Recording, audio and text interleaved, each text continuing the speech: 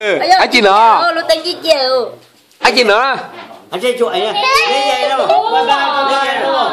Linh nữa. Bên ba đâu? Bên ba đâu? Bên ba đâu? Wow.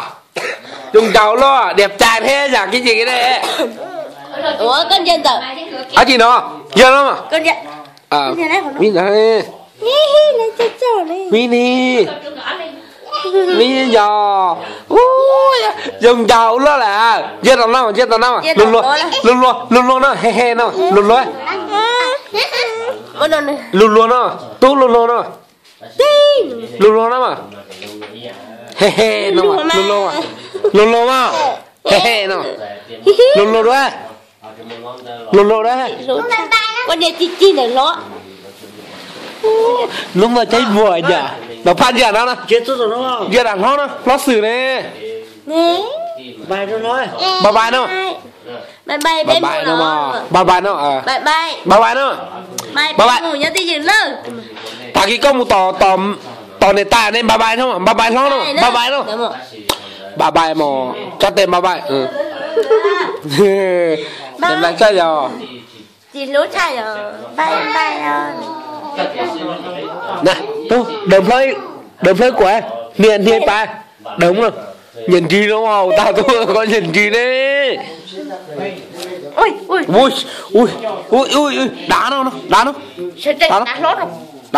sao chị nó anh chị nó đáy của rồi đá nói của rồi cho nhìn to quá vậy đá nó Tuổi là cơ sư. mua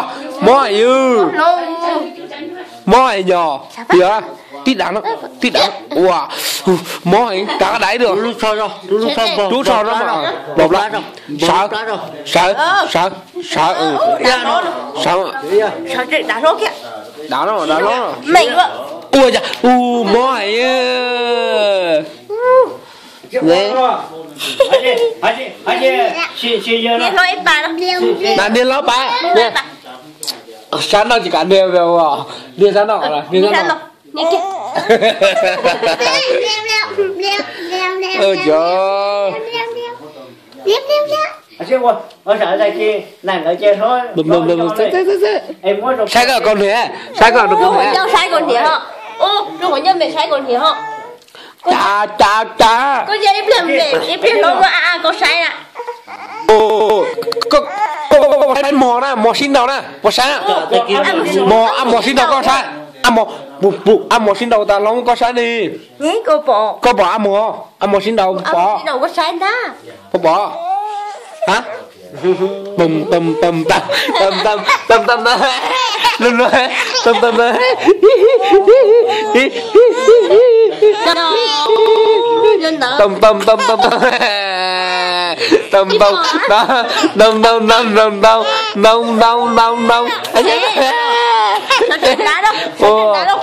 luôn luôn đá nó còn không mất đâu đá nó mỏi yêu đáy của gì ạ mỏi tập nữa đá luôn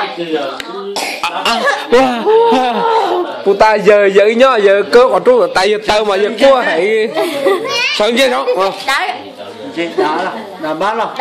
đá nó đá bát của nó đá mò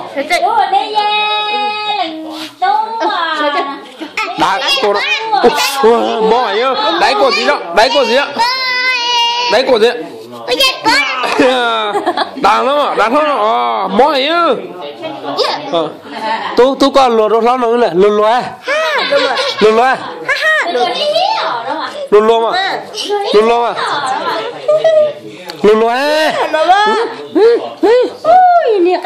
cha giờ nha nó ta kịp bỏ sai cái có một tờ chơi bỏ cho chị sáu mươi nhu kìa